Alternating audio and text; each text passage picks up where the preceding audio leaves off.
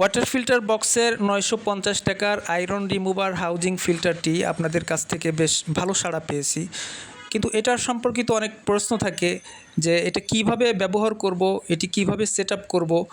তো আজকের set up এবং ব্যবহার সম্পর্কিত ভিডিও। তো এটা প্রথমে আমরা দেখব পানির স্পিড, যে পানিতে আসলে কেমন স্পিড থাকে কলে এবং পানি কতটা স্বচ্ছ। তো বালতির পানিটা দেখলে আপনারা বুঝতে পারছেন পানিটা কত স্বচ্ছ। তো এটি একবার ব্যবহার করবেন পিপিটা, নাকি এটা ইউজ করা যায়, রিইউজ করা যায়?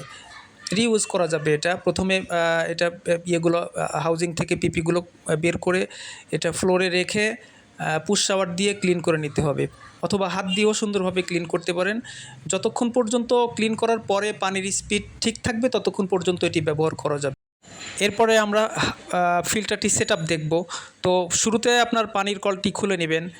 এরপরে হাউজিংয়ের হেডে ইন আউট লেখা আছে, ইনে একটি নিপল লাগিয়ে পানির কলের পয়েন্টে লাগিয়ে নেবেন এবং ফিল্টারের সামনের অংশে আউট লেখা আছে, আউট লেখা অংশে পানির কল লাগাবেন। এরপরে হাউজিংয়ের নিচের অংশ যেটা ট্রান্সপারেন্ট মূল হাউজিংটা, সে হাউজিংয়ের ভিতরে একটা পিপি দিবেন। পিপি দিয়ে হাউজিংয়ের হেডের সাথে সুন্দরভাবে সেট করে নেবেন। ফিল্টারটি আপনি সোজাভাবে বা উল্টাভাবে যে কোনোভাবে দিতে পারবেন, এতে পানির স্পিডে কোনো সমস্যা হবে না। সাধারণত সিঙে ব্যবহার করতে উল্টা করে দিতে হয়, কারণ সেখানে জায়গা কম থাকে। বেসিন বা ওয়াশিং মেশিনে সেট করার পদ্ধতি একই রকম।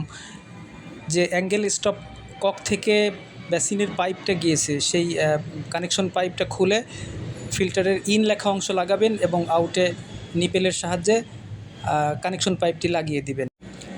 ওয়াশিং মেশিনের ক্ষেত্রে কানেকশন পাইপের মাথায় ওয়াশিং মেশিনের জয়েন্ট সেট করে দেবেন।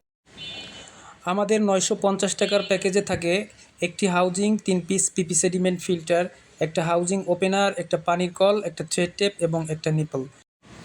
হাউজিংয়ের সাথে আমরা 100 গ্রাম ওজনের পিপি দিয়ে থাকি। এটার প্যাকেজ 10 পিস 550 টাকা এবং 25 পিস 1350 টাকা। অর্ডার করতে স্ক্রিনে থাকা নাম্বারে সরাসরি কল করুন অথবা আমাদের ইনবক্স করুন। ধন্যবাদ।